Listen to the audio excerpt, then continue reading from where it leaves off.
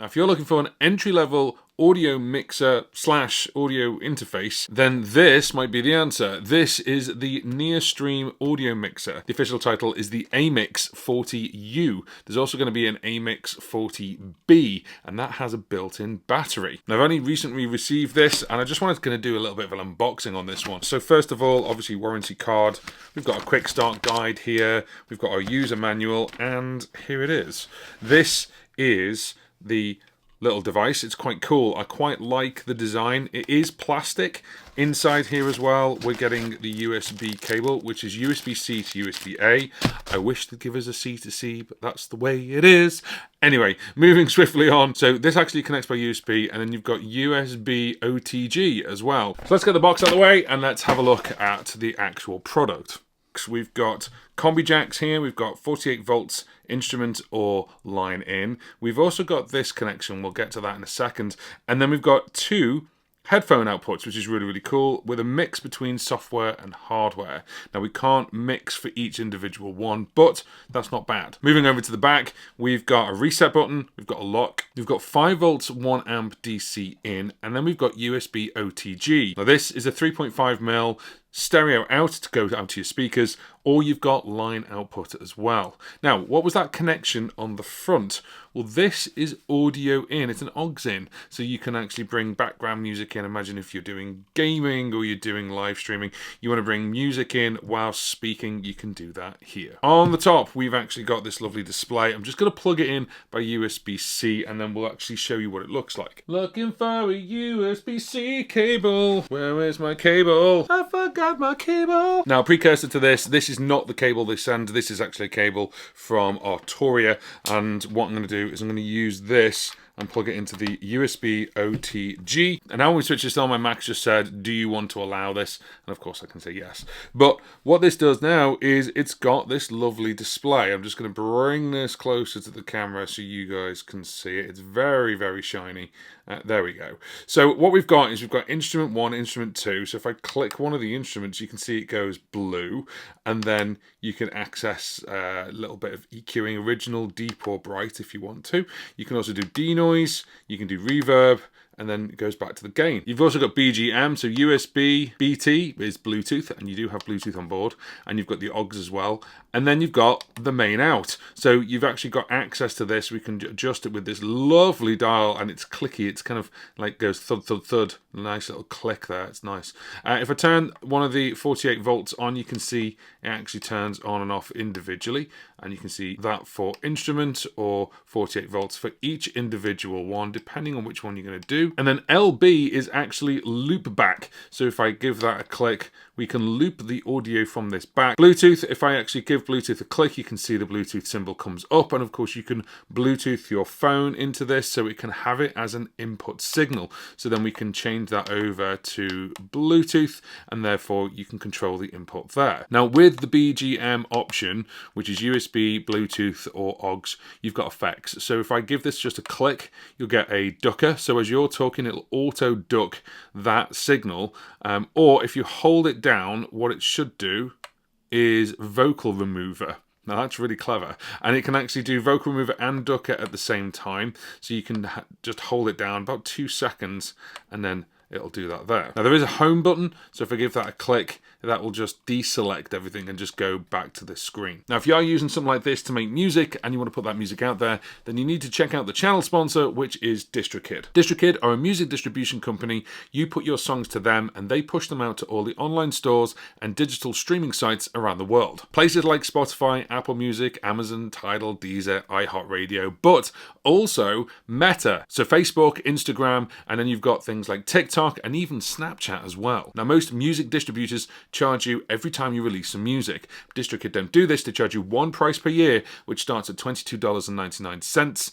And there's also the Musicians Plus tier, which I'm on. There's also the Ultimate tier if you want to do multiple artists. They have the Hyperfollow page, so every time you release some music, there's just a web page to go to, and your fans can pick which service they want to listen to your music on. There's promo cards, there's splits, there's so much you can do with them. So there's a link in the description box box. Go and check them out because that link will give you 7% off your first annual membership with DistroKid no matter which tier you choose. It's never been a better time to release music. Go and do it with DistroKid and release some music today. Okay, so we've now got the dynamic microphone and the acoustic guitar plugged in on channel 1 and channel 2. You can see the levels that I'm using there. The reverb is actually coming directly from the mixer. So the only thing I would say about this is that the inputs are really sensitive. So I would normally sing really, really close to this microphone, and I don't need to. So if I was to sing here, at some point you'll hear, ha, da, da, da. It's really distorted. So I have to pull back a little bit.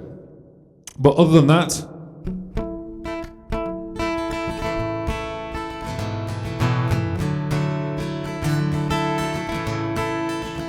it's 2 p.m.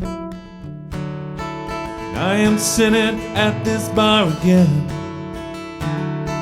wondering if the rain will ever stop. British weather doing the best it can. They walk into town, it's 3 p.m. at the Whiskey Jar. Business lunches haven't got very far. Thought that I just saw your face again outside of the window pane. Guess not, I'll keep drinking, cause here at the Whiskey Jar, where people come and friendships go. We're at the Whiskey Jar, where Friday's fast and Sunday's slow. Here at the Whiskey Jar, I know that I can just be myself. So have another drink, yeah.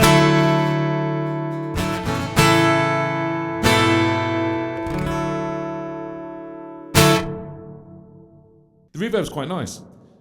I'd be really like a way to be able to, if I was using this live just as a quick thing, to be able to have a button, like a foot pedal or a button to turn that reverb on and off while I'm talking to the audience and then turn it back on again. But I'm recording into Logic and there is no post-processing going on. All right, so now we are recording on the NearStream audio mixer, the AMIX40U, and we're coming in on number 1. You can see it's set around about sort of half. The output is set really, really low, and so is my headphones, because I've noticed that 2, 2, 2, ba, ba, ba, there's a point where you just distort really, really badly. So if I start driving this, and I am going to start over driving this, there's a lot of noise. But I am driving it sort of hard. And I'm not driving the out very hard, though. And listen to this. That doesn't actually increase the noise, but the in does.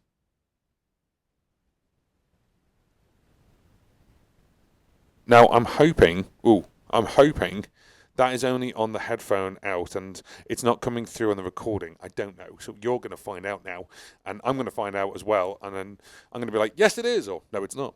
And we're recording right now. Obviously, I'm not using the 48 volts. I'm not using the line switch. I've turned the Bluetooth off.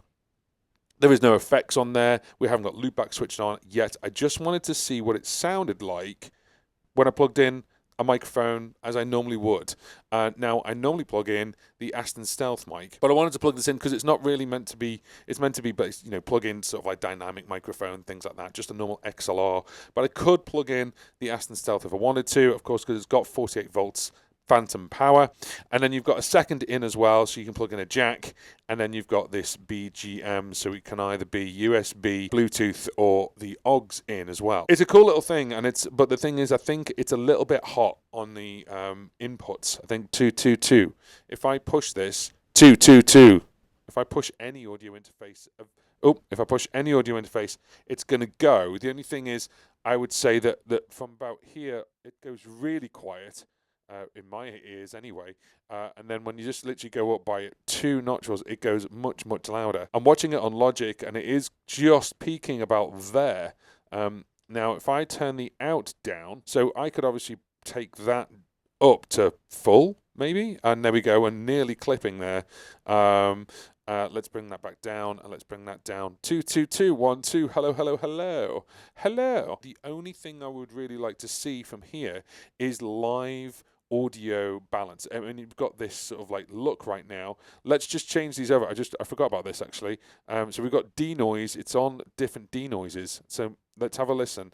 There's also a reverb. So what we'll do is let's go into this right now, and then we can actually go over to a bright EQ. Has it selected it? I hope it has. Denoise 1, 2, and 3. We've got a different denoise there. Oh, that's really, really kicking in. I was wondering, is there a way to turn the denoise off? I don't know. Let's have a listen. Oh, we've got an internal reverb. There's our reverb. There we go. So we can have a little bit of reverb. If you wanted a little bit of reverb on your live stream, if you're performing, you don't have to have a separate device. You plug into this. It's got a bit of reverb on board. And with this, I'm on the bright. Let's go over to the deep. Oh, deep. Nice. I'd like to be able to turn the denoise completely off. I don't know if there's a way to do that. It's not really giving me an option. I'm interested to hear what it sounds like on the way back. But let me know what you think in the comment section below. You've got obviously that as well. You've got this on both channels as well. So you've got it on the ins of both of them. They are exactly the same, which is good because some audio interfaces, for example, will give you like an input reverb on one but not on the other. Yeah, it works. It works quite well, and I like the design. What I would like to see on it is actually a way of mounting it. So underneath, there's nothing here other than this. I think it's been designed to obviously go into a studio, but if I wanted that on like a mic stand for like a live stream, it'd be quite cool if this had like a mounting mechanism, or it had its own kind of grip. That would be quite cool. If you have found the content of this video useful for this, then give it a thumbs up. That really helps me. It helps the channel grow. And of course, if you've liked quite a few of my videos, then take it to the next stage and join our membership. For a couple of quid a month, you can actually get access to videos early. There's a couple of extra perks, and we're going to be doing the private live streams for the members starting in January of 2025. Thank you very much to those who've supported me on my YouTube journey. And if you want to join, it's right next door to the subscribe button. There's a little join option there. Go check it out. Now, this is made by NearStream, but if you want to go and check out their camera, which is called the VM33, it's got a 40 times zoom on. It's a 2K camera, but it's great for live streaming. Go and have a look. That's this video right here.